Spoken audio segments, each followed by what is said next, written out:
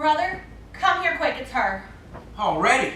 We only called the television station about an hour ago. Oh, it's her. I'd recognize that scarlet booth anywhere. I can't believe she'd actually come all the way out To this little bitty city of Cyn, Georgia. Ah! Do I look all right? You look fine, sister. Let her in. Hello, come in. Is this the Wages residence? It most certainly is. Hello, I'm Candy Delaney of Channel 6 Afternoon Magazine. Oh, yes, ma'am, Miss Delaney. We know who you are. We watch you on TV every afternoon. And your segment is our favorite part. It must be exciting traveling to all the cities in the state doing shows about special events. Oh, I especially liked when you went to Vidalia for that onion festival. Oh yes, that was one of my favorites. How did you ever think of the cute name for your part of the show? Oh, Getting Round Georgia? I don't know, it just seemed to fit somehow.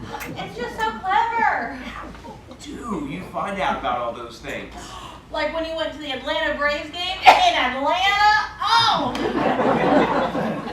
Just good investigative journalism, I guess. Let's see now. How long have you lived in this lovely home of Mrs. Wages? Oh, she thinks her mom and pa. Us, Mom, Pop. Oh no, Miss Delaney. We're their kids. We don't live here. You passed my house on the way in. The nice pink duplex. And I live on the next street over with my wife. We just drop in on mom and pa a lot. We like to check and make sure they're not getting any kind of trouble here. Well, I was thinking you two were awfully young looking to be in your 80s. Let's see, now what kind of trouble could people that old get into?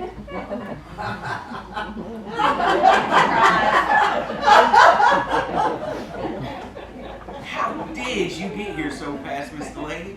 I just called your station about an hour ago. Oh, well, I was on my way to Pine Mountain when my producer called me on the radio and told me to come by and check out Mr. and Mrs. Wages, who have been married 65 years tomorrow. And it's both of their birthdays also, Miss Delaney. Oh, yes, I've got that right here. I just wish we thought of this a little sooner to give you more time to set up things, but we just thought of it this morning. Well, yeah. Excuse me a moment, please. JJ, park the van. This is going to take longer than I thought. I'm tired of hearing that you complaining about that damn thing, JJ. Every news van has one. Just be careful and park. That's my camera operator. We have a new satellite dish on our top of our van, and she's afraid to park because of the trees. Oh, my goodness. Are you going to sit in our show on a satellite? Oh, how exciting. Brother, it's just like Phil Donahue. If we do the show now. If, Miss Delaney? Well, as I was saying, I was on my way to Pine Mountain. There's a man there who plays Rock of Ages on his nose.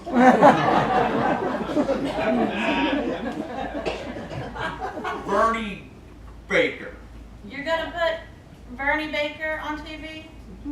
Well, I think it's something that's probably a little more of interest to some of our viewers.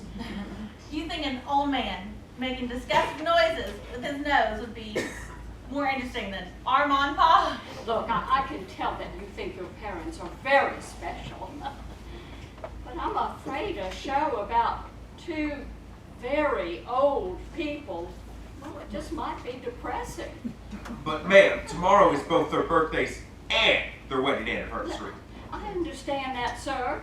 And I think it's wonderful that your parents have been married since 1917. And it's great that tomorrow is their birthdays and all of these things happened on the same day. But I'm afraid an anniversary birthday party for an 86-year-old man and an 84-year-old woman, well, it might just be devastating to my ratings. And well, didn't you tell my producer that your father is blind and deaf? Well, yes, but he's not your average blind and deaf man. Well, I understand that. It's wonderful. I can just that to my producer. Sam, I know Afternoon Magazine is the top-rated local show, but just think how it would look if we have two 80-plus blind people tapping around and bumping into one another. The whole metro area will know we care. Ma's not blind, it's just Pa. Miss Candy, I think you need to meet Ma and Pa before you form any ideas. Mr. What did you say your name is? Oh, everybody just calls him brother and I'm sister. Oh, well, be that as it may, brother, I'm afraid I'm going to have to say no to your suggestion about using your mother and father on the show. I mean, even without the fact that it might prove depressing, with such a short notice, we'd have to do the show live, and, well, I'm sure you can appreciate the problems that would cause. What crackerjack box did you get your license out of? It wasn't my fault, Candy. Oh, what, JJ? What wasn't your fault? Well, you ought not to let punk kids drive your car, lady. That old man told me to park there. I didn't see the fire plug. I sure as hell didn't tell you to hit the damn thing. But you didn't tell me that it was there. This is Ma and Pa, Miss Candy. Calm down, JJ. He's blind. He didn't see the fire plug. I've lived here for 65 years. I ought to know where my own fire plug is. The kid just can't drive. He doesn't act blind. On TV, blind people are always nice. It was just a little accident. Now, I am sure that we can get that big white thing out of the tree. The big white thing? Oh my God, JJ, a new satellite dish is hanging from that tree.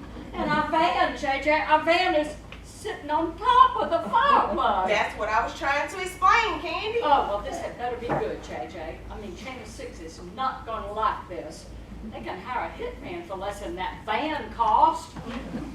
Well, after you yelled at me, I was trying to park, but I couldn't see anything with all that new equipment. So when that old man walked by, I said, "Sir, I can't see too well. Could you please direct me into place?" And he said, "Sure. I have that problem myself sometimes. Come on back."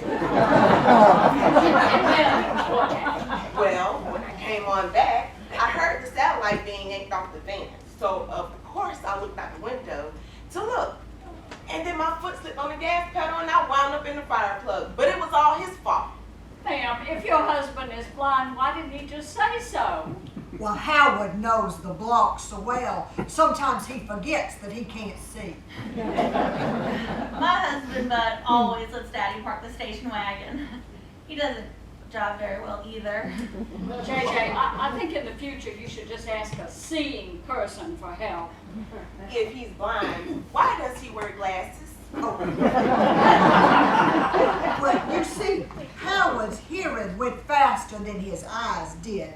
So he had his hearing aids put on his glasses. Well, and then when he went blind, well, it just seemed foolish to throw the glasses away and get new hearing aids. And now he's used to it this way. Pa doesn't like to change things once he gets used to them. I think you ought to make him wear a sign that says, "Beware of a blind man."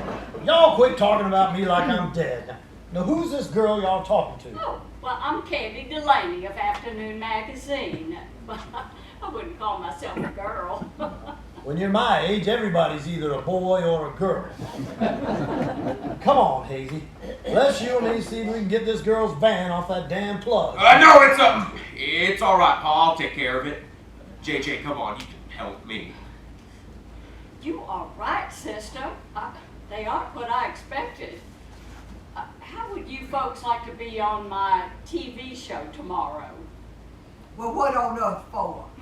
Well, this is... Wages. But you can call me Hazel, and this is Howard. Well, Hazel and Howard, unless I miss my guess, I think you two would be the most interesting show this year. I'm going to call my producer and tell him we are going to do it. There's a phone in the other room, Miss Candy. I've got to go tell the neighbors.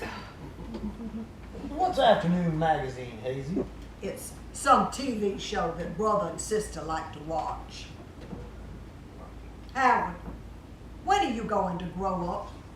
I don't know what you mean. Getting those nice people's vans stuck on that fire plug. Oh, don't make such a big deal about it. I just forgot it was there. Howard, you've got to start remembering that you don't see so well anymore. I don't see at all anymore. Remember? I know it.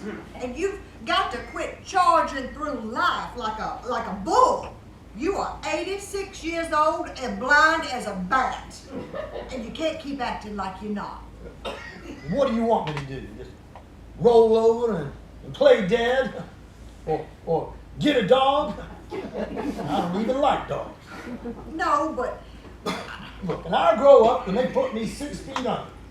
well, it does aggravate people so. Well, that's one of the privileges that comes with age. You can aggravate people as much as you want to. Come on, Hazy. Quit fussing with me. Oh, I'm not fussing at you. I'm just trying to take care of you. Why don't you come over here and let me take care of you? Oh, you stop it, you old thing. I do love you, doughboy. Excuse me, Hazel, Howard. My producer has agreed to us doing the show here, live, tomorrow.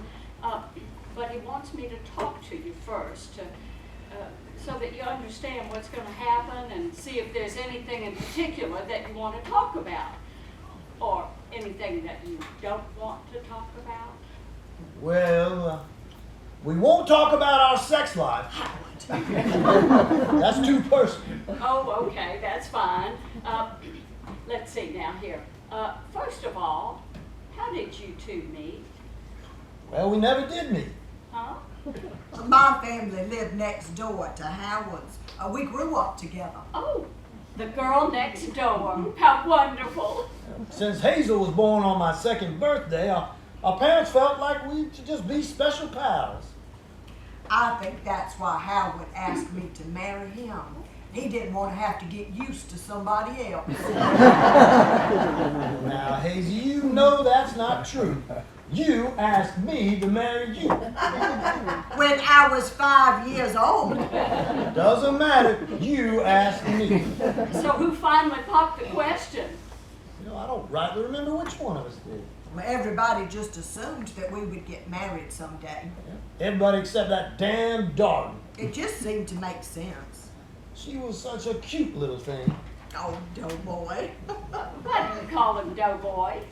Well, I was in the infantry in France during the World War. One. Oh, yeah, I forgot there were 2. But I like Doughboy much better than the name she called me when we were kids. Oh, what was that? Ho-ho. I was 2 years old, Candy. I hadn't learned to say certain words yet. And ho-ho was the best I could do. It took me years to live it down. And that damn Darden still calls me that today. Well, you and Darden still call me Hazy. Hazy's a cute name. Ho-ho is goofy. So tell me about the World War. Well, we hadn't been married very long at all when Howard went to France to help fight the Kaiser. And when I got home, I expected a parade. Instead, I got that boy. Huh?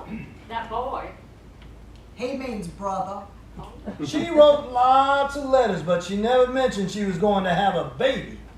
Well, it just seems like you had your hands so full with things already, what with the war and all. And she told me everything in those letters. Told me about Putty Jackson's house burning down. Told me about that damn Darden going to law school. She even told me about her mother hen laying a flat egg. But never ever mentioned that boy. He's still a little mad about it. I can tell. Well, then she did it again with that girl. Sister? Yes. I went out of town for 6 lousy months for a training school, and when I got back, she'd had another one. Well, I didn't want to worry you. Well, you can be sure I never left her alone again. You two are just great. And if it's all right with you, I'd like to make a tape tomorrow. tomorrow and send it to the National Afternoon Magazine and, oh, maybe a copy to Paul Harvey, too. Paul Harvey? Brother, get in here. We're gonna be on Paul Harvey. Brother! Hazy? Oh, you look lovely. Just lovely. Ho, ho. You looking a little peaked. Sister tells me you're going to be on the television. Yes! Isn't it exciting? Oh, I'm sorry, where are my manners? Miss Candy, this is Darden Durham, our next door neighbor. Oh, yes. Candy Delaney. Oh, I've seen you on television many times. Slobbering all over her hands. She is gonna put us all on Paul Harvey. Paul Harvey. Oh, hey, Mr. Durham. Your parents are very interesting people. I think we could have the best human interest story this year. We always knew they were kind of special. Yes, I've known them both since we were all children, and I can tell you, Hazy's a very special person. Darn, you stay away from my wife. Is there anything we can do to help? Well, as a matter of fact, my producer said that we should show their birth certificates. That would make a great visual counterpoint. I know where they are. I'll go get them. And their marriage license, too. Our marriage license. Well, why do you need our marriage license? Well, he thinks it would be really romantic, I mean, with the dates matching and all. But do you think that's really necessary? Oh, I think it'll be fascinating. Here's the box. Ooh. I think that we might have put them someplace else. Nonsense, Hazel. That's where we put everything. Maybe we lost them or something, Howard. You never lost anything in your life, Hazel. See, here's my birth certificate and yours, sister. Oh, look, it has my feet print on it. Oh, how nice. Here's Howard's will. Here's Mom and Pa's birth certificates. Howard Randolph Wages, born 6:30 a.m., May 21st, 1896. And look at this one, Hazel Verna Bennett, born 6:31 a.m., May 21st, 1898. Mom, you weigh 2 pounds more than Pa did. You always were a healthy girl, Hazy. That's strange. You've got every warranty, every manual for everything you've bought for the last 65 years, but I can't find your marriage license. Howard! Howard, you look sick. I'm sorry, everybody has to go. Howard is sick. What are you talking about? I feel fine. Just keep that damn Darden away from me. Howard, you look sick, trust me. Everybody go. My dear, is anything wrong? Hazel, after all these years, you going crazy? Howard. Oh, I forgot all about that. You little dickens. Mom, what's going on? Miss Katie, I am very sorry, but we cannot be on your nice TV show. Ma, we have to do the TV show. I've told everyone we know. Hazel, now, if there's a problem... There's no problem, Miss Candy. We'll do the TV show. Oh, no, we won't. Ma, yes, we will. Alice Jean, no, we will not. Hazy, it's been more than 60 years. Nobody cares anymore. Nobody cares about what? I am so sorry, but you have to leave, Miss Candy. My husband, well, he's not feeling well. I feel fine. Oh, bless his heart, he is having one of his fits. It was so nice to meet you all. Now do come back. Bye. Darden, you come back and visit some other time, okay?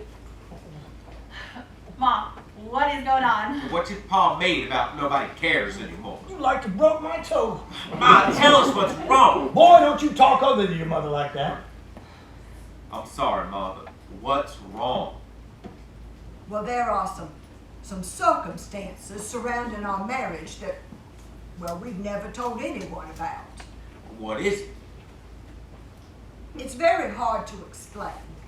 Yes? Just tell them, Hazel. Quit beating around the damn bush. They're old enough to know. Well, I don't know where to start. With what, Ma? I don't know how to tell you, but Oh, good God, Hazel, I'll do it. Brother, Sister, your mother and I never got married. What? We've been shacking up for 65 years. Oh my God. So I guess you know what that makes you two. Oh my God. What happened, Hazy? Sister fainted, Howard. Carry her out, brother. I don't want to be around in striking distance when she wakes up. Well, Howard, I guess the worst is over now. Hazy, Or maybe not. Hazy, I hope you don't mind, but I was listening from the porch. And I want you to know this makes no difference in my feelings for you. But you, sir, are a cad. Darn, shut up and get out of my house. Ho ho, my friend for many years. I've had great affection for Hazy. For some reason, many years ago, she chose you instead of me. So I've been waiting patiently for you to pass on to your reward so I can ask her again to marry me. Well, I consider this an opportune event. Hazel, will you marry me?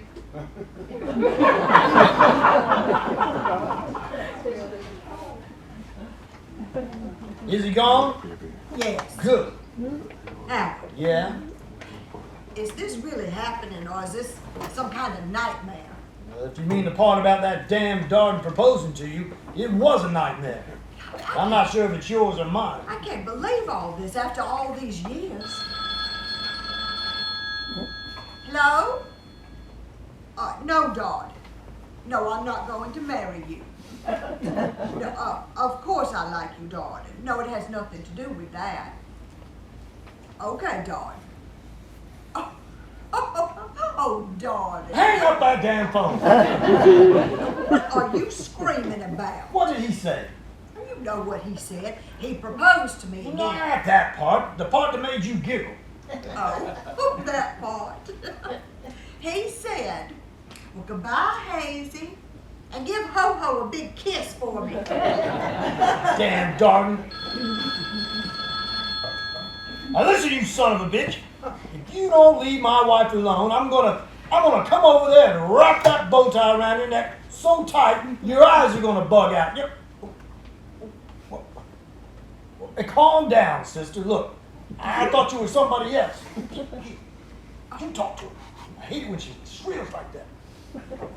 Sister? No, Daddy didn't mean you.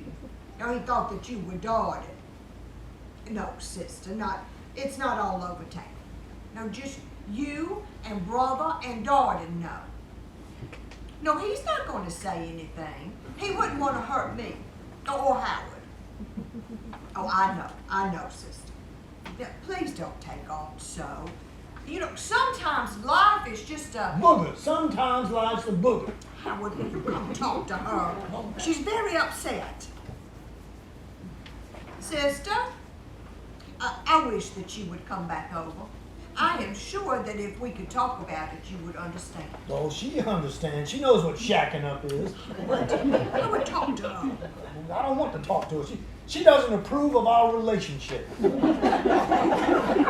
Relationship. Sounds like we're a couple of beatniks. Sister? Oh, please don't cry anymore. You're not really illegitimate. You mean bastard, don't you? No, there's always common law. Good God, I can hear it from over there. Howard, please talk to her. Hey, what are you crying about, girl?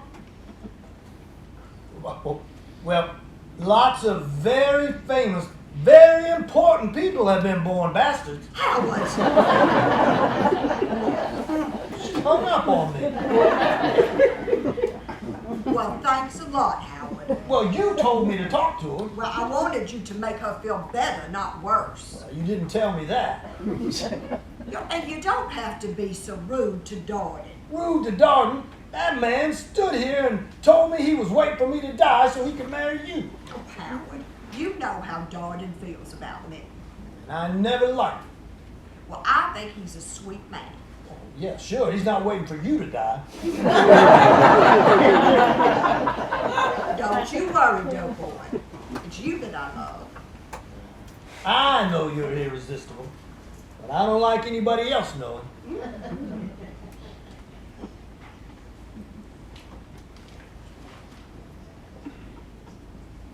Hi, Howard. Look, I'm sorry to barge in like this, but, well, I know something's wrong. Maybe it's my instincts as a reporter, but I can tell. I don't know you very well, but I like you. It's not just that I want to put you on my TV show. I do, but it's not just that. I mean, you two are very special. I didn't know my grandparents, but I would have wanted them to be just like you two. So anyway, Howard, whatever the problem is, I'd like to help if I can. Howard? Oh my God, Howard! What? Candy! What are you doing to Howard? Well, I was talking to him and I thought he was dead. He didn't answer. Well, even if I was dead, that's no reason to shake the dickens out of me. It's all right, honey. When Howard takes his glasses off, he can't hear a thing. Well, it's scary. I know it. It is a little shocking when you know somebody is home and they won't answer the door. Sometimes he'll do that when he just wants to be left alone.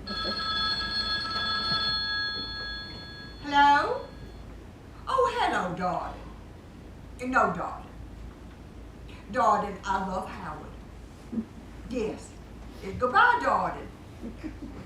Next time it rings, let me talk to him. Howard, he's just a sweet old man. No, he's not a sweet old man. He's an old legend. Now, Howard, calm down. That might be sister again. Hello? Oh, hello, brother. Look, I don't know what you're going to tell Naomi. Just send her a lot of money.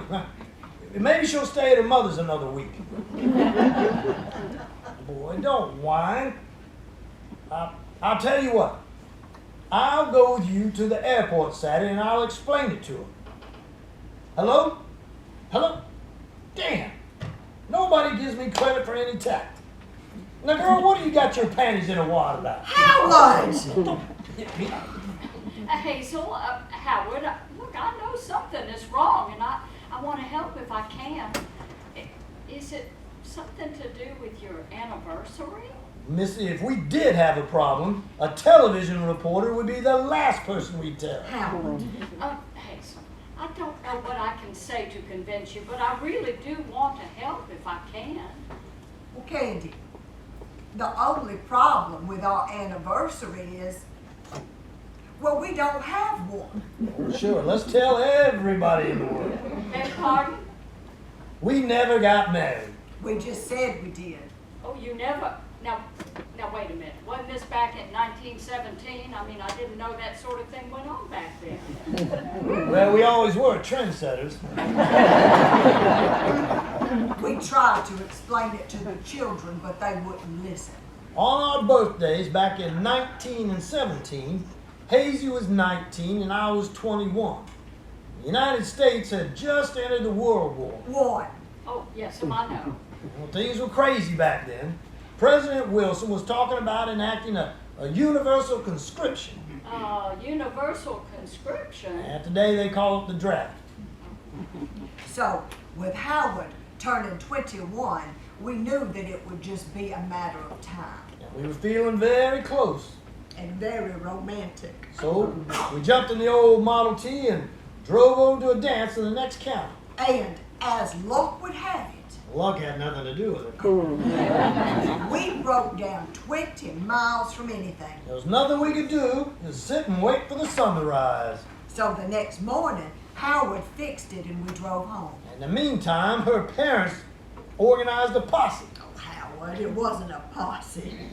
But they were understandably upset about me being out so late. I never understood why they got so upset. You know, they'd known me my entire life. Oh, it was that man act. It had everybody nervous. Nobody ever even heard of immoral purposes before that thing. And when we got home, my parents and his were a little touchy. Darden, don't forget that damn Darden. Oh yes, Darden wanted him arrested. He had the sheriff there with a warrant. And her parents wanted to hang me. Not quite, oh, but almost. And well, I didn't like them all yelling at Howard. Back then, it was always the boys' fault. And I didn't want him arrested. So I told everyone we had eloped. It didn't seem like such a big thing. I mean, we knew that eventually we would marry. So we figured we could sneak off and get married the next night after everybody calmed down. But they never did calm down. I guess it was a relief of knowing I hadn't sold Hazy off into white slavery, but whatever it was, before you knew it, we were smack dab in the middle of the biggest party ever held in this county. And all of a sudden, it was midnight. Time for bed. We did love each other, so we planned on sneaking off the next day to the Justice of the Peace and getting married then. But our folks had planned a reception for the next day. And then they gave us the Of house. course, you had to have a house party. All the aunts and uncles and cousins were all congratulating us. So each day, we would plan on sneaking off and getting hitched. And every day something would happen and we couldn't. Then it was July, July 20th to be exact. lottery day. The Secretary of War Newton Barker, that's put his hand in a fishbowl. pulled out old number 258. They got Howard in the very first round. So, I marched off to whip the Kaiser, not knowing that she had a cookie in the oven. Oh, well, I didn't know it either. When I got back a year and a half later, she met me at the train station with that boy. Brother was 10 months old. By then, getting married just seemed kind of silly. Well, we had all the things you get married for. A house, a baby. And each other. Little piece of paper seemed downright unimportant. You two are just wonderful. You are a living monument to romance. There's a great story in this. What do you mean? Oh, put this on TV. I mean, it could be a mini series over half a century and nothing but love, true love, to keep you together. Oh, God, I can just see it now. And now for the rest of the story. Honey, you can't put this on TV. I can't? Well, that's how this whole thing started.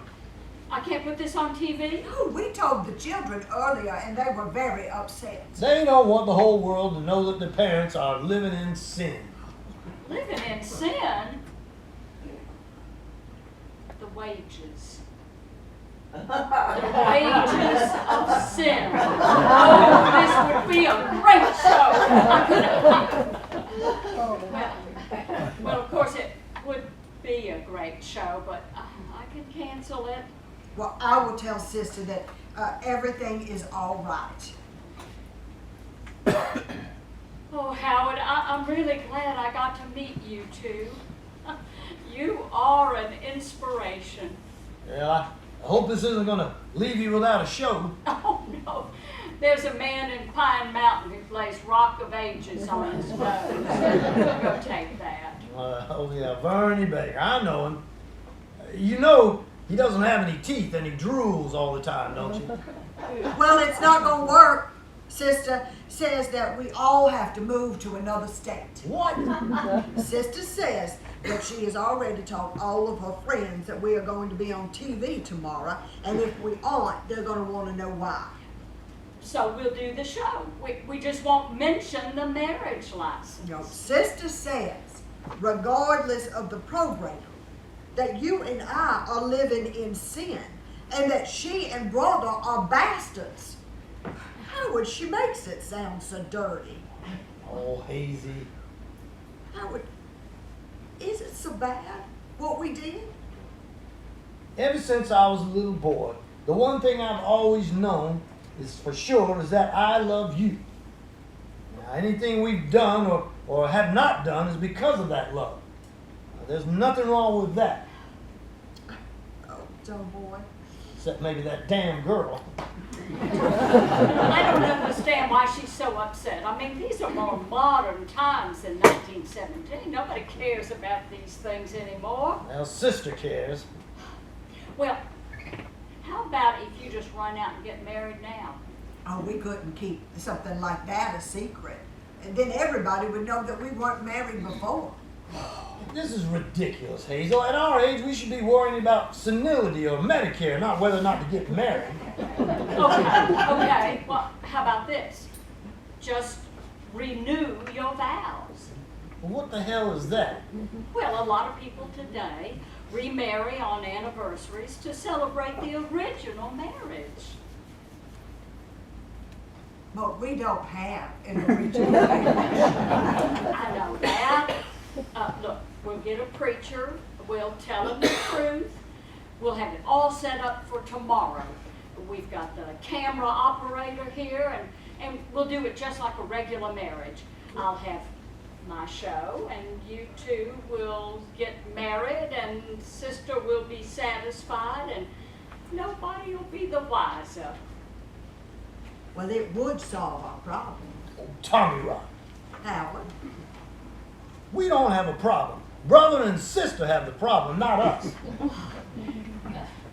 Look, you're right, Howard, but we could tie up a few loose ends. Loose ends? Loose ends? Young lady, you're referring to a good portion of my life. I'm sorry. Look, nobody has to know. I mean, I'll know, and you and Hazel, you'll know, but well, what do you get now? If we do this, we're saying that we've been living improperly for all these years. well, it's just for the children. The children are 61 and 64 years old. Well, they are worried about what their friends are going to think. Well, they're afraid their friends won't play with them anymore. They're afraid that people might think badly about them. That's a bunch of malarkey. I don't see anything wrong with the way we've lived our lives. And if we do this, it means I do. And I don't. So I won't. Now, Howard, you just don't understand. Howard? Don't Howard. waste your time, honey. He does this every month or so, and there is nothing that you can do or say to make him budge. What are we gonna do? Well, I don't know what we can do if Howard won't cooperate. Howard! He does this once a month. Well, how long does it last? Well, usually just a few hours until he gets bored. But one time he was really mad about something, and he left his glasses off for 5 days. 5 days? Well, what finally brought him around? I moved the furniture around until he was ready to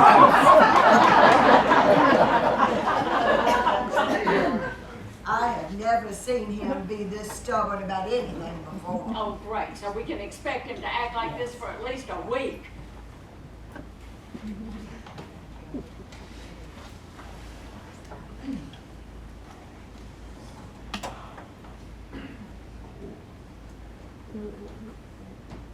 Howard, come on out. Damn it, Howard! Andy, honey, don't wear yourself out. Until he gets ready to talk to us, he won't put that hearing aid back in, and until then, he can't hear you. Why did he lock himself in the bedroom?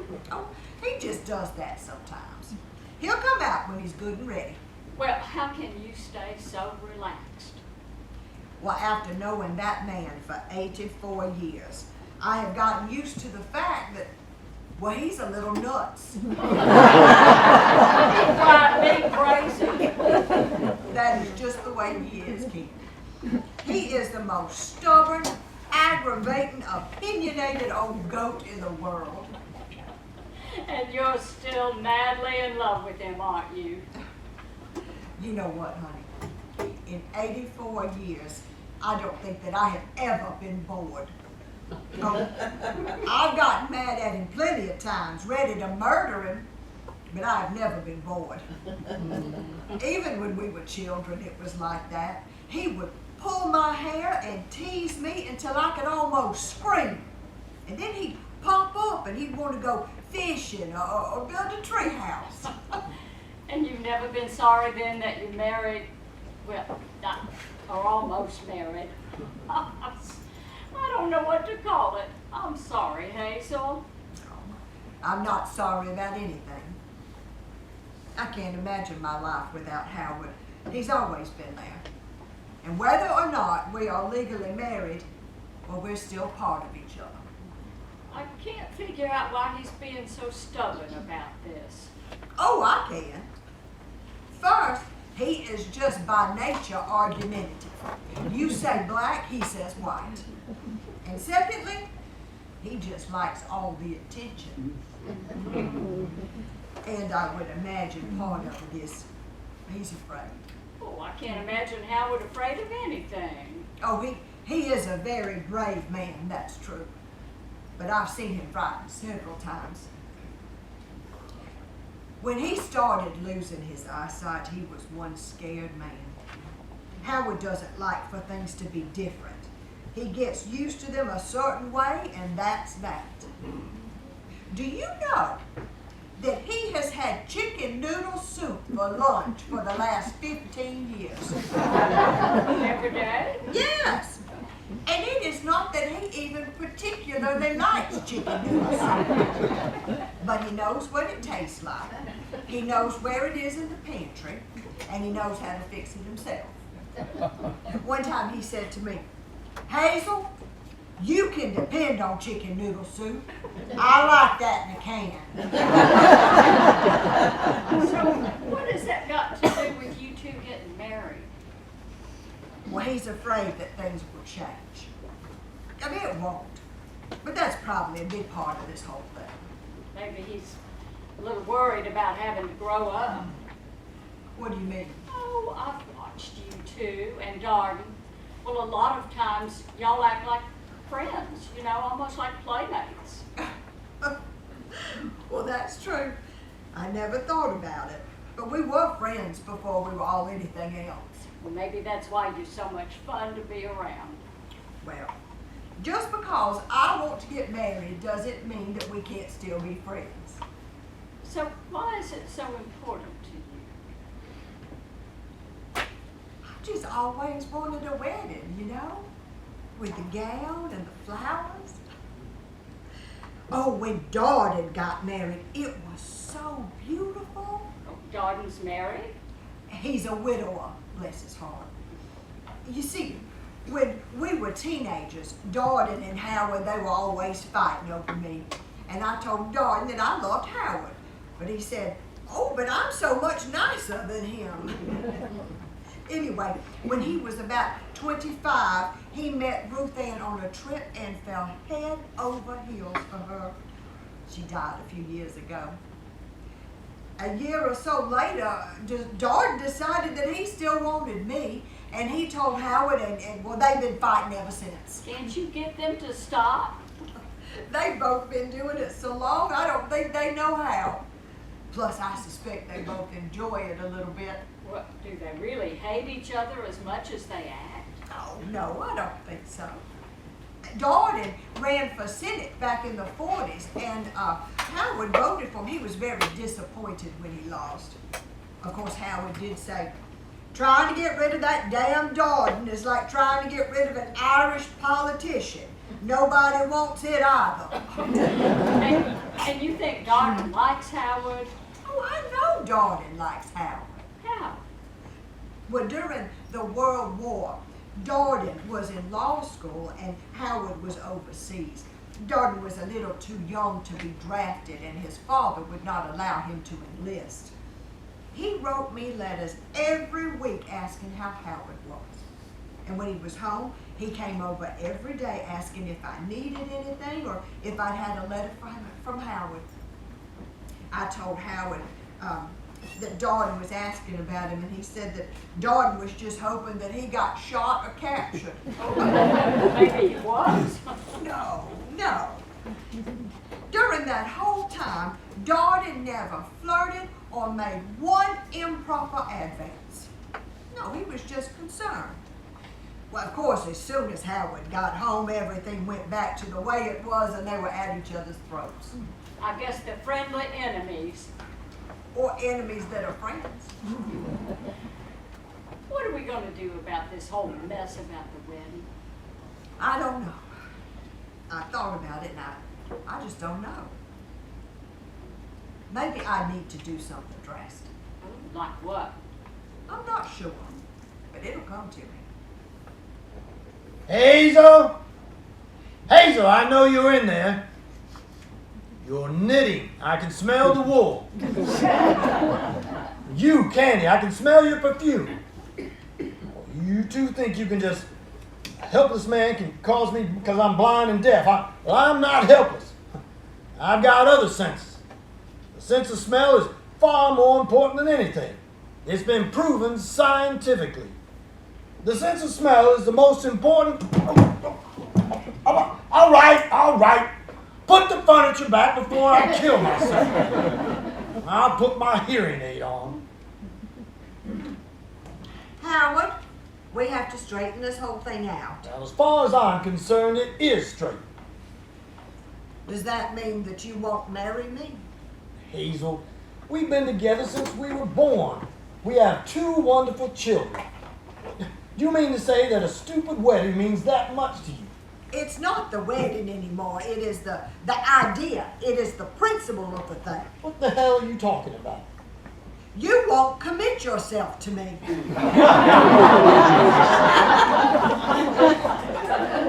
We've lived together for 65 years. How much commitment do you want? Marry me.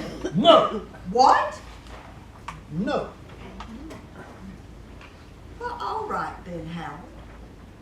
Since you finally had enough courage to say it, I guess I can have enough courage to do what I want to do.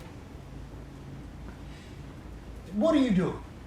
I'm leaving. For God's sake, Hazel. Where are you going? To your mother's? She's been dead for 40 years. I am going to my sister's in Pensacola. Don't be ridiculous. Well, be that as it may, I am leaving. How? The bus.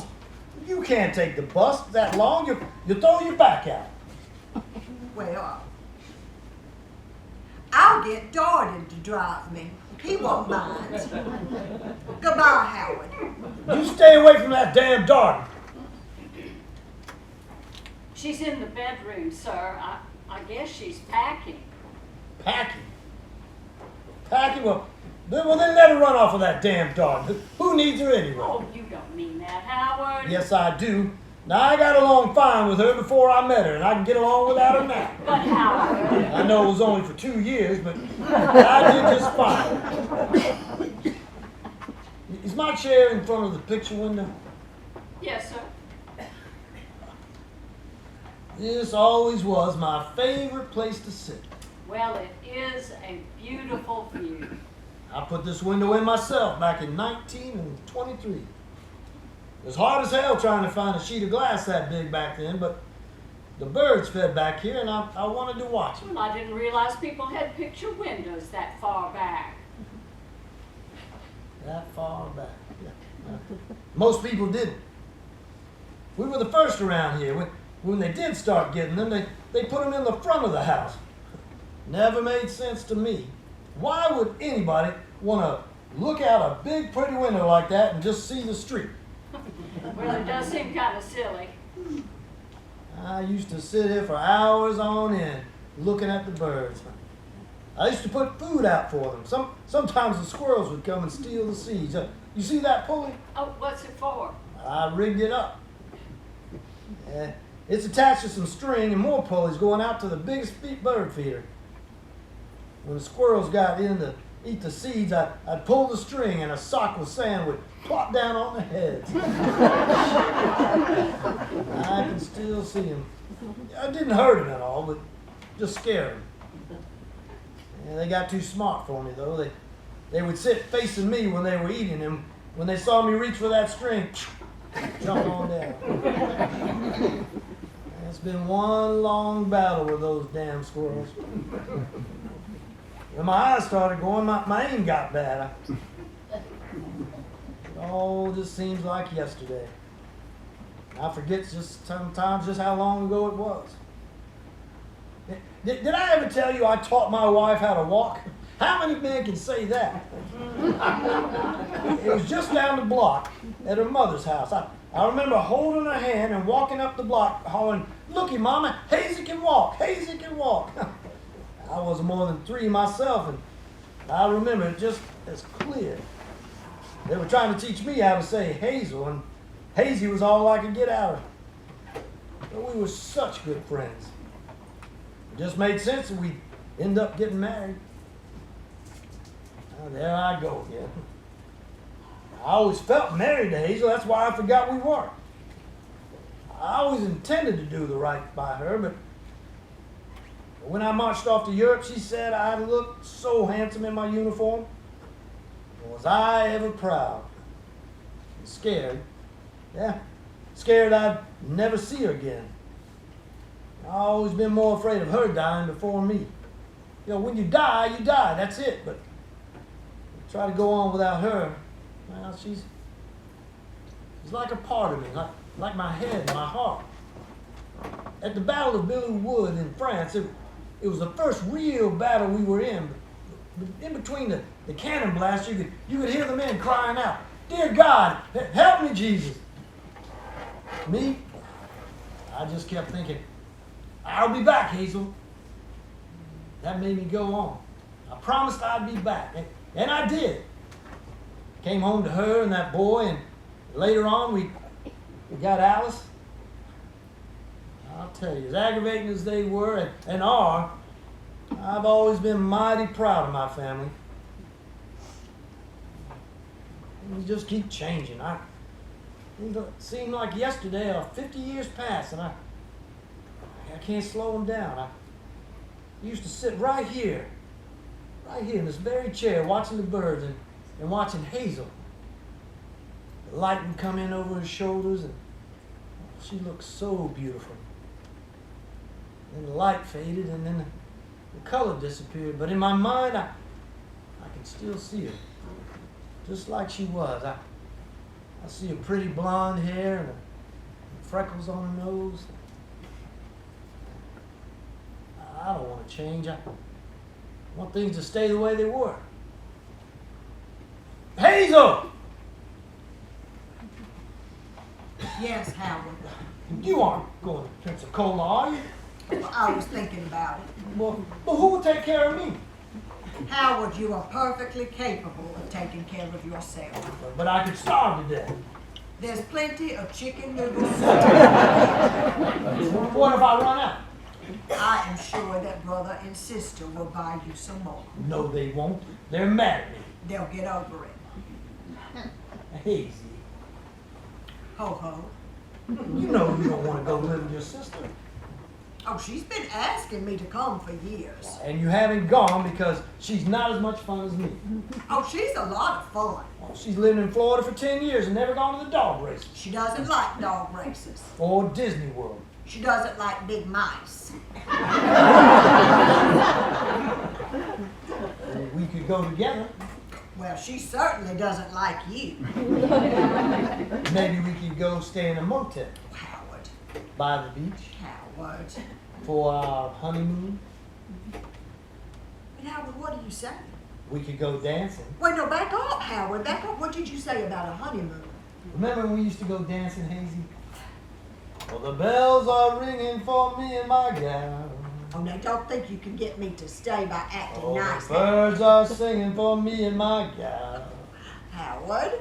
Well, everyone's been knowing to a wedding they are going. And sometimes I'm gonna build a little home for 2 or 3 or 4 or more. In Loveland for me and my gal. Oh, Howard? If you weren't so sweet, you'd be aggravating. You don't really want to run off to your sisters now, do you, Hazy? Well, I've not changed my mind about the wedding. You are so damn stubborn sometimes, Hazel. And so are you, Howard. It means that much to you? Yes. Then, will you marry me? Of course I will, Doughboy.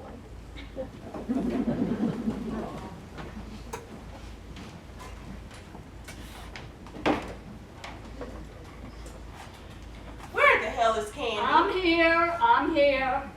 Candy, we're broadcasting live and we have to start on time. Do these people know that? They know.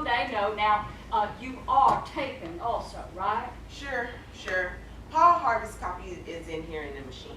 How wonderful everything is today. Hello, Candy. Oh, darling, you remember JJ, you met her earlier. Hiya, sir. JJ, I thought I'd come over early to see all the excitement. Well, don't you think you're pushing your luck? I mean, Howard might smell you and come running. Smell him. Oh, I can handle Howard. Howard? Why, yes, that's his name, isn't it? Well, yes, sir, but I've never heard you say his real name before. I always call him Howard, except when I'm talking to Hazel, of course.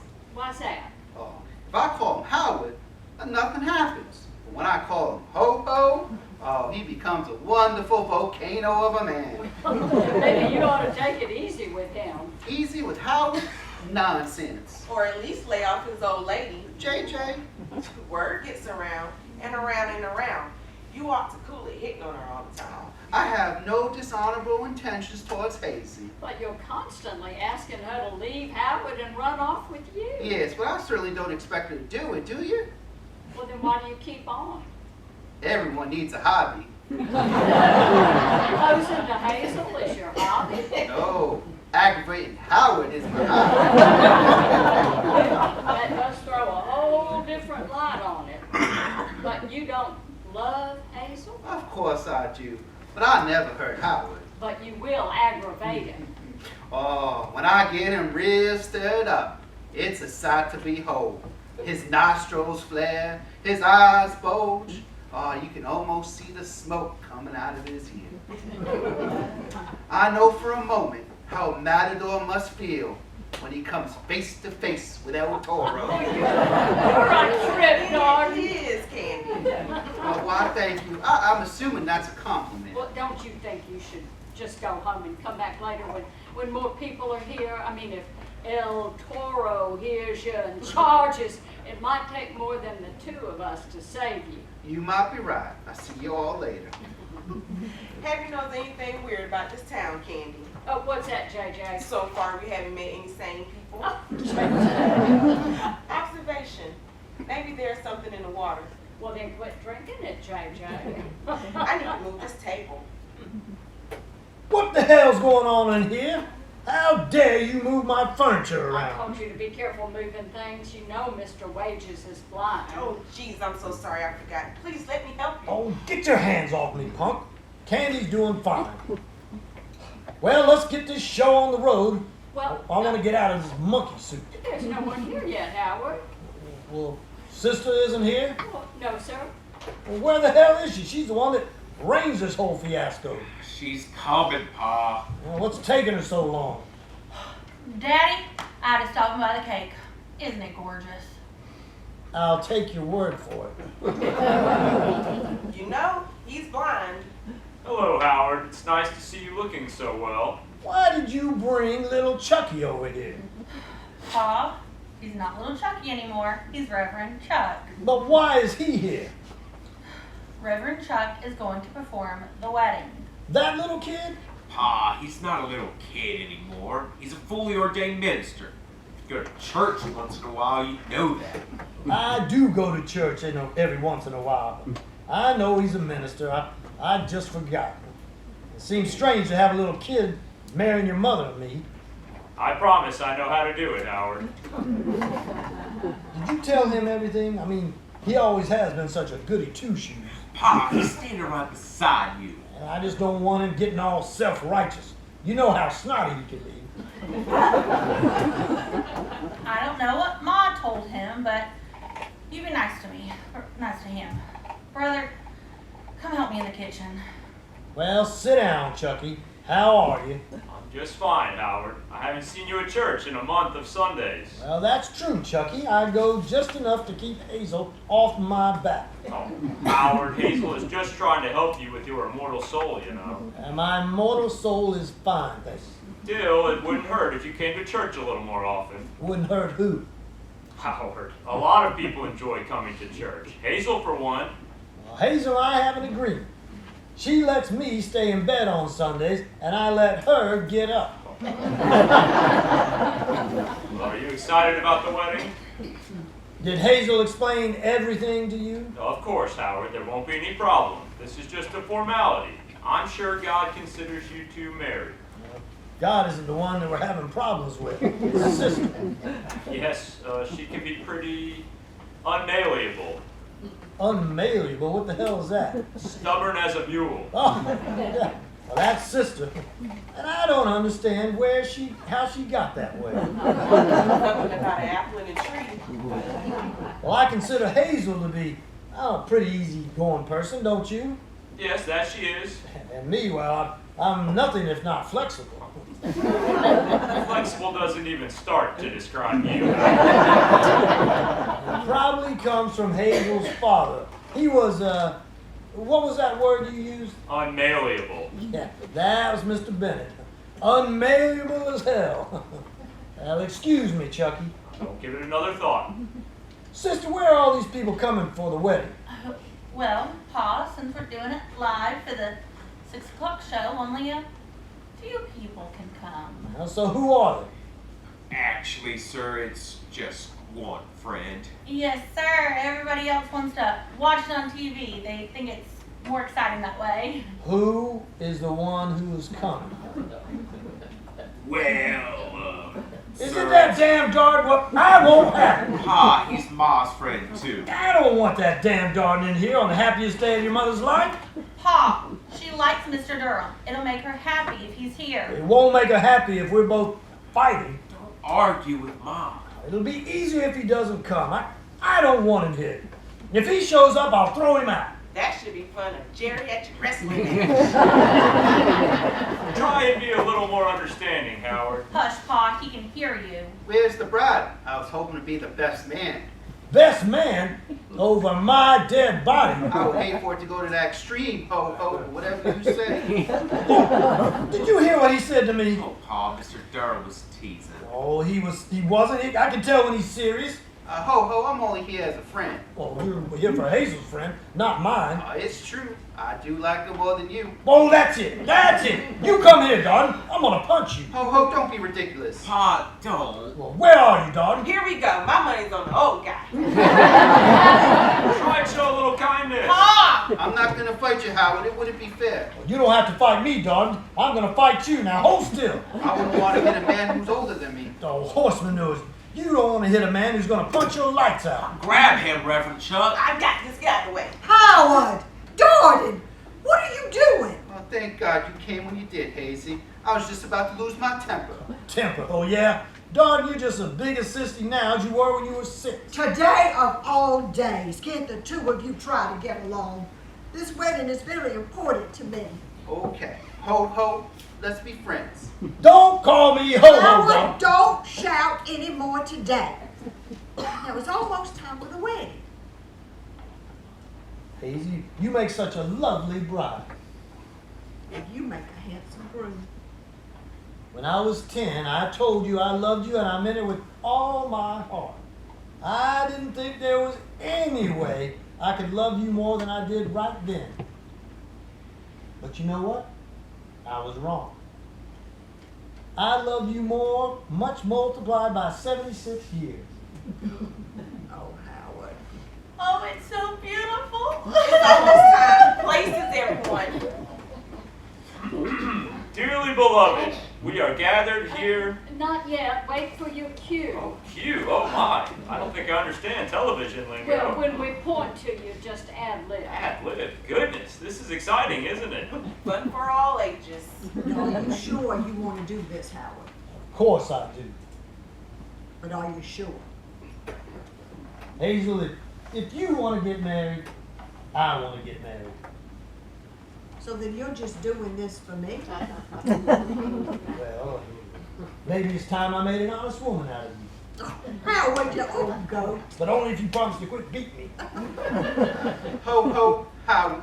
I just want you to know, if she had to pick someone besides me, I'm glad it's you. But Hazy, there's still time to change your mind. Okay, Mr. and Mrs. Wages, we're gonna have you two enter from the front porch. When you hear the music hit this part, dun dun da dun, dun dun da dun, you come in and walk to the preacher. He's just over there, just like the other wedding. What other wedding? You know, your first wedding, 65 years ago today. This one will be just like that. Well, this is your last chance, Howard. Are you sure? Well, Hazel, after 65 years, I wouldn't change a thing. You wouldn't? Oh, dope boy. Okay, everybody, places. Places. And 5, 4, 3, 2, cue, Candy. Ladies and gentlemen, I'm Candy Delaney of the Getting Round Georgia segment of Afternoon Magazine. We are in Cyn, Georgia for a very special event. 65 years ago, Hazel and Howard Wages eloped in a Model T Ford. Today, we are celebrating their anniversary. Today, they will renew those vows of love in the presence of these witnesses, among which are their son and daughter, and you, ladies and gentlemen of our television audience. Cue the music.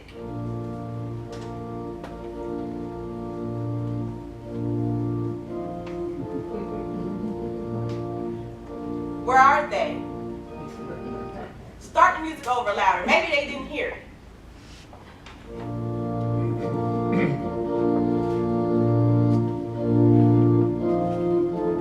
Ma! Pa! They're not here, but I found a note in Ma's handwriting. I'll read it for our TV audience. Since this is a celebration of how we did it the first time, we decided to do it the way we did it the first time. It worked all right then. Love, Hazel, and Howard. Oh no. I still got a chance. Ladies and gentlemen, you saw it. True love. They eloped the first time and they liked the result so much they eloped again. In the words of the immortal bard of Avon, Ain't love grand? Shakespeare. Hold on. There's a PS on the back from Papa. And we even get to hear the final message. Read it for our viewers, brother. Don't worry about it, sister. Lots of very famous, very important people have been bastards. He just did. This is Candy Delaney, Getting Round Georgia, signing off. Cut the lights, damn it.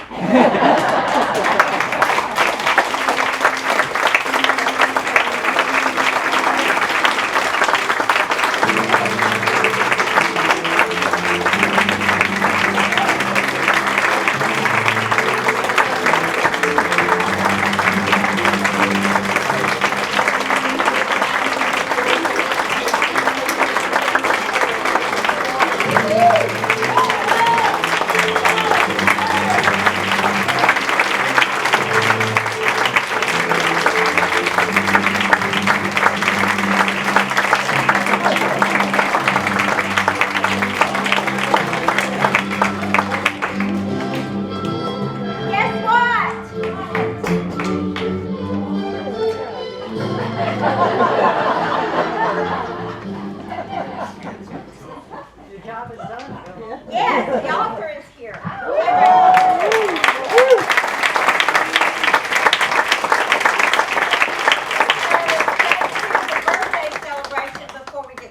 There is birthday cake after this for everybody. Then what time is Kamala's birthday? All right.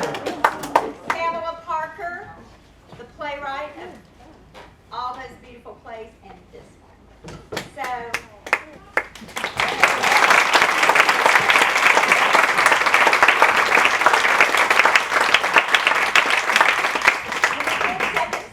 Here, I had to be reminded all of a sudden that she and I worked together and knew each other back in the 80s at Wilma's Dinner Theater, if anybody remembers that. So they don't remember. Oh, you remember, Betty? Emma used to be lights and tech and all that. Yeah. So Laura said she couldn't write a play. Laura told was wrong about that. Wasn't that? I was watching it and I was going, I could do better than this. And she goes, oh, right, try it. Don't dare me, woman. So now she's an internationally known playwright. So, open the floor to questions, and she'll chat with you, and then we'll go have birthday cake. So as you write the dialogue, do you say it out loud to kind of hear it and then talk back to yourself? You know that old movie, well, there was All About Eve, and then there was Sybil. Yeah.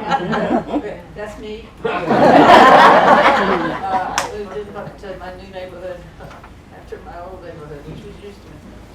And they, for the longest time, thought I was a heroin addict. I would walk my dog and walk my turtle, especially when I walk my turtle, because they walk very slow. And I would be having these conversations, and I don't do them in my head because I can't keep them straight. So I'd be walking along the limbs like, and they would, at first they thought I was on the phone, and then they were like, oh, I think because I heard all these rumors that I was a heroin addict. One of the few things, but yeah, say them out loud, and I do this like I can fly. Doing this, it's like, I go back and forth, and I forget. If you're having a conversation with me, you need to like check in and make sure I know who I am at that moment. Because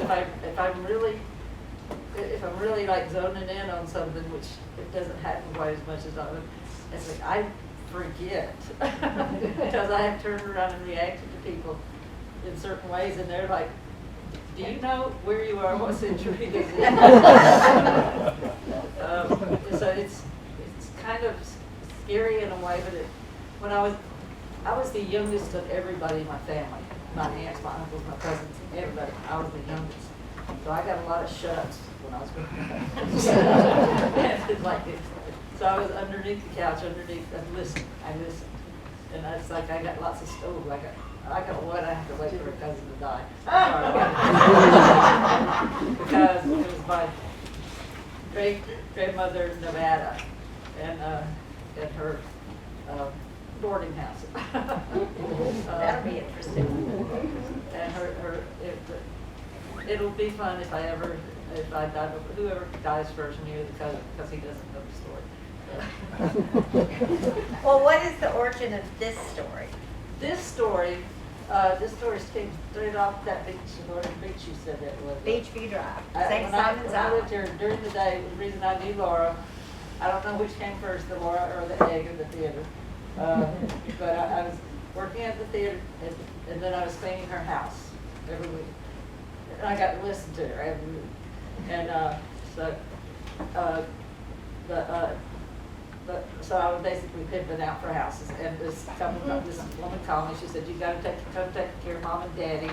They're over on Buddy Lot, and that Daddy has a broken leg, and they're like 1,000 years old, and they can't take care of them. Poor, bless their hearts." And this, that, and the other, talking about how poor, pitiful they were. So I went over there, and Mama was leaning against the cabinet like this. She didn't look real poor and pitiful to me. She looked like somebody that had just done something. And she's doing all about poor, pitiful, and he had a broken leg at this time. So, and I hear this, this crash in the other room, and this old man with a walker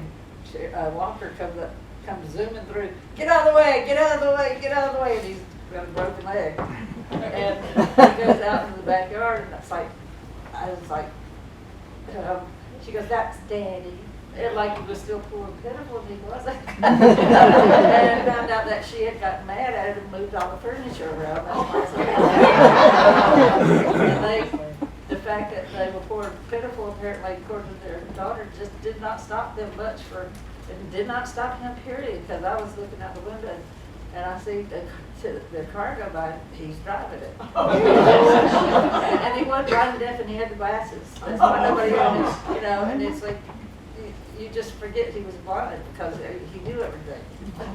Amy worked up with her, and she did. And but I saw the car driving by, and I said, Miss Bennett, Miss Bennett. Mr. Bennett just drove by, and she goes, oh, that's okay, he does that all the time now. Every couple of days driving up, as long as he didn't turn the steering wheel. He probably could have driven around wherever I am at this moment, because it had to start changing a lot at that point. You know, it was still pretty much, because they had that house built, they had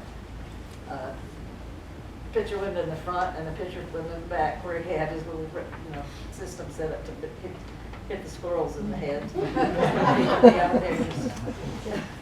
He couldn't do it anymore as they had gone. It was right around the corner, Beachview, where Beachview turns, it goes toward the King of Prince, before all those high-rise condos and things were built. It was a little brick house. It was just kind of like a ranch on a beach, and it's like it looked straight up. And that's why they built it there, because with the picture window, so you could see, they wanted to see that, and it was just beautiful. I came in one time, and he's up on the roof, walking around up on the roof, and it's like, Miss Bennett, should you be? And he's up there because of the oak tree there. It had lost its leaves, and they bothered him. So rather than call somebody or wait, he got, I don't know why they bothered him, he couldn't see it. And he always, we go to the grocery store, which was just, he wanted to put a harness on it because he would just, and he wanted me to drive his car, not my car, because I had a hickey man. And he always wanted me to drive in the park in the front yard, and he a big live oak tree. Come on back, and I'd be going, come on back, and then a limb pushed back, and there's a sawed off limb goes, and I'm sitting there going, I can't believe a blind man told me to drive into a tree. And he's out there going, come back. But they were both that kind of a hoot and a holler. He didn't like getting in my van because he just couldn't figure, of all the things he did, he couldn't figure out how to get in my van. You know, it's like, but they were real cute. He had been in World War, and he came back and they got a baby. Now, the getting married part, I fudged on that a little bit. I think they did it exactly like that, but I think they actually did, I got to throw a curveball at him. But he was a doughboy, and he came back home and to a wife and a child. And I've had pictures of them when they were younger, and they were just so much in love. It was just, just real. And they would leave. She had little framed notes that he had written of all these peculiar little things. It's like to tell those boys not to leave the shrimp in the trunk anymore. Just peculiar little notes. I'd have to get her to, tell me the story in sequence, because things like that really did, out of sequence, telling it not to leave the shrimp in the trunk anymore. It doesn't make a lot of sense. So I would get her stories, and I would see their little things, and I'm always real nosy, and I want to know what things are. But they were just real cute. And he had a middle name that it started with a Q, and it was one of those Greek god kind of something kind of Quintinus. His first name was something with a Z. So, somebody obviously read too much. But it was like you would always get that Q. Q.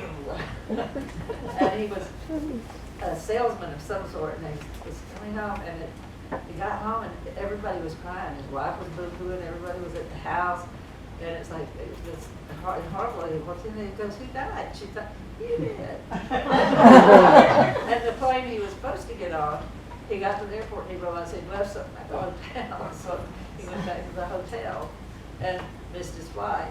So he had to come on another one, and the flight he was supposed to be on crashed. So, I mean, they're there, wailing and moaning, practically ready to put somebody's pieces in a box.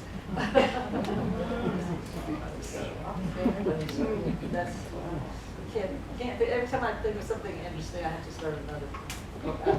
Yes, you do. She's got a question. Question? Yes, ma'am. Hey, thank you so much. This was great. This was great. Thank you. Is this your first do like a pie chart so I can remember. The one that when Laura said I couldn't write, or implied I could not write, that was called Kissing Frogs. It was one act. And she wanted to produce it, but I got mad and stormed out. And that's just one act. Kissing Frogs, Grass Widows, which you need to do, by the way. In this one, they had a different title. It's much better like this, though. It needed time, like Citizen Kane. And then a couple of one acts, then Second Samuel. So Second Samuel, I tell people Second Samuel was my first full length, but it was actually, this was my first full length. So, Which is your favorite? which is my favorite? Right. I just like, which is my cash cow, Second I really could have pulled a Harper Lee and just stopped right there. Because I made more in like a month than I do on everything else, ever. Did they ever complete the movie version of Second Samuel? Yes, they did. And it won film festival. It won film festival. It was best. And you have to keep in mind the book is a book, the play is a play, and movie is a movie. Sure. You can't tell that story. You have to do it differently. I was actually quite jealous of the movie because there was a lot of things that we did in it that I wished I had put Second Samuel. There's this, I don't know if you saw it, but there's a scene where it's like, hand me a beer and take yourself a little taste, and he takes it and he doesn't like it. Well, in the movie, he has him take a little swig and then he spits it back in the bottle. And I was like, damn, I wish I put that in. Yeah, they made it into a film. It was an act of love. We had a. Has it been released? There's the rub. Thank you, COVID, so much. We won festival after festival. It won prizes in Australia. It won prizes in London, all over the U.S. Best picture, best actor, best. I mean, it was kicking ass. Had a review by a Rotten Tomato reviewer. Best review you could ever want in your life. It had a stamp of approval. I don't know. Do you know who Dove organization is? They review films from the Christian point of view. Are they appropriate? Well, pretty much nothing is ever appropriate. If you don't have a shirt on, man, that's not. It fought every category. It's that Christian values, and it got 100% there. So we got their stamp of approval. And the LBGCAB, whatever, total stamp of approval there. Those things that are possible to do. And the release date came along, and it was beautiful. It was so beautiful. And we had people in here. Harry S. Truman played Harry S. Truman's grandson played Harry S. Truman. Cool. And it's like Harry was coming from and it had to release before it could be considered all these other things. And it's like it released on the day they locked everything up. And it was, and it just kind of floundered around for a while. It was like, and it's you can Google it. It's everywhere for free. Yes, it's on YouTube. Yeah, it's on YouTube. It's on. You can go to YouTube and. What is the name of the Second Samuel. Second Samuel? It's Second Samuel. GA also started second. It's like same time as Second Samuel. Some of the people you may recognize. All of them I recognize up there because not a single weird name is made up. But it kind of started percolating there, and when I kind of did a few ideas that I could complete them, I just started writing. I just straight like I would just be like watching TV and just writing. It's like she's and it talking. just started coming out. I'm practically, illiterate because I flunked everything. I only graduate because they were going to have to name the new gym after me if I could. But so it's like I love reading. I love Harper Lee is perfection, but because I had been stamped short bus, I didn't I wouldn't be a writer because writers were smart, and I wasn't. I got that every day of my life, And it was, I mean, I should thank Barb, thank you, Barb, because if she hadn't have done that, I would still be probably mopping floors. Well, not that I'm not, but, see. Do you have one percolating now? I've just had such a hard time. I want my XP back since they took XP away. My computer XP. I haven't been able to figure out computer since, and maybe I'm using that as an excuse. But since I can't do that anymore, it's like, yeah, I have a couple. I have actually more than a couple. I have a murder mystery, my reincarnated lesbian murder mystery, and it's like the only problem of it is immediately it's finished. The only problem with it is you know who did it the second he walks in the room.